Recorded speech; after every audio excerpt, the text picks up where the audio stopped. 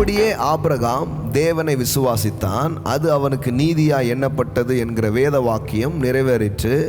அவன் தேவனுடைய சிநேகிதன் எண்ணப்பட்டான். பாருங்களேன், அவன் சீமான் அப்படின்னு சொல்றதுக்கு முன்னாடி அவன் சிநேகிதன் என்று சொல்லப்பட்டான். அப்படின்னா என்ன? இதுக்குள்ள ஒரு ஹிடன் கீஸ் இருக்கு பாருங்களேன்.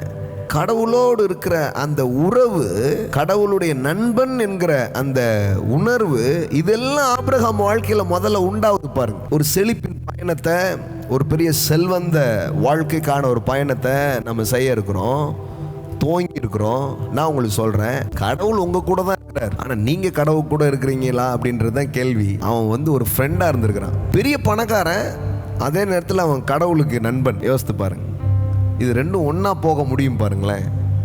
பணக்காரனாகவும் இருக்க முடியும், சீமானாகவும் இருக்க முடியும், சிநேகிதனாகவும் இருக்க முடியும். நம்ம ஆளுகள் என்ன சொல்லிட்டாங்க தெரியுமா?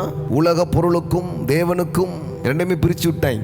உலகத்தின் சிநேகம் தேவனுக்கு ஒரு பெரிய பகையாக இருக்கிறது அப்படின்னு இவங்க பாயிண்ட் கொண்டு வந்தது என்ன தெரியுமா? பணத்தை கொண்டு வந்து காமிச்சிட்டாங்க. இதெல்லாம் தேவனுக்கு விரோதமானவைகள் சகோதரனே அப்படின்ட்டாங்க. ஆனால் ஒருத்தன் கடவுளுக்கு நண்பனாகவும் இருந்திருக்கிறான், அவன் சீமானாகவும் இருந்திருக்கிறான். இது ரெண்டும் ஒன்றா போக முடியுதுன்றதை முதல்ல புரிஞ்சுக்கோங்க. ஸ்பிரிச்சுவாலிட்டி வேற, பிஸ்னஸ் வேற அப்படின்னு பிரிப்பது மதத்தின் வேலை. நான் சொல்கிறேன், நீங்கள் தினமும் கடவுளோட பேசி நண்பனாக இருந்துக்கிட்டு கோடி கோடியாக பணத்தை சம்பாதிக்க முடியுன்ற நான் உங்களுக்கு.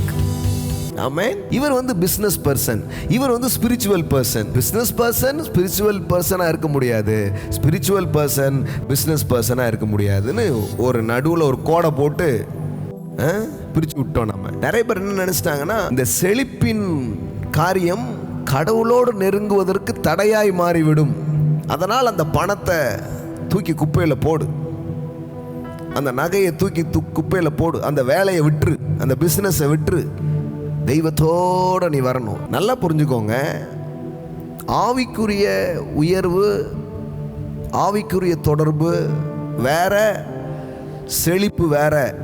இது இருந்தால் இது இருக்க முடியாது அப்படின்ற பிளவுகள் வேதாகமத்தில் இல்லை. இன்னும் சொல்ல போனால், ஒரு நல்ல ஆவிக்குரியவனாக இருந்தால் அவன் இன்னும் செழிக்க முடியும் என்றுதான் பைபிள் சொல்லுகிறது.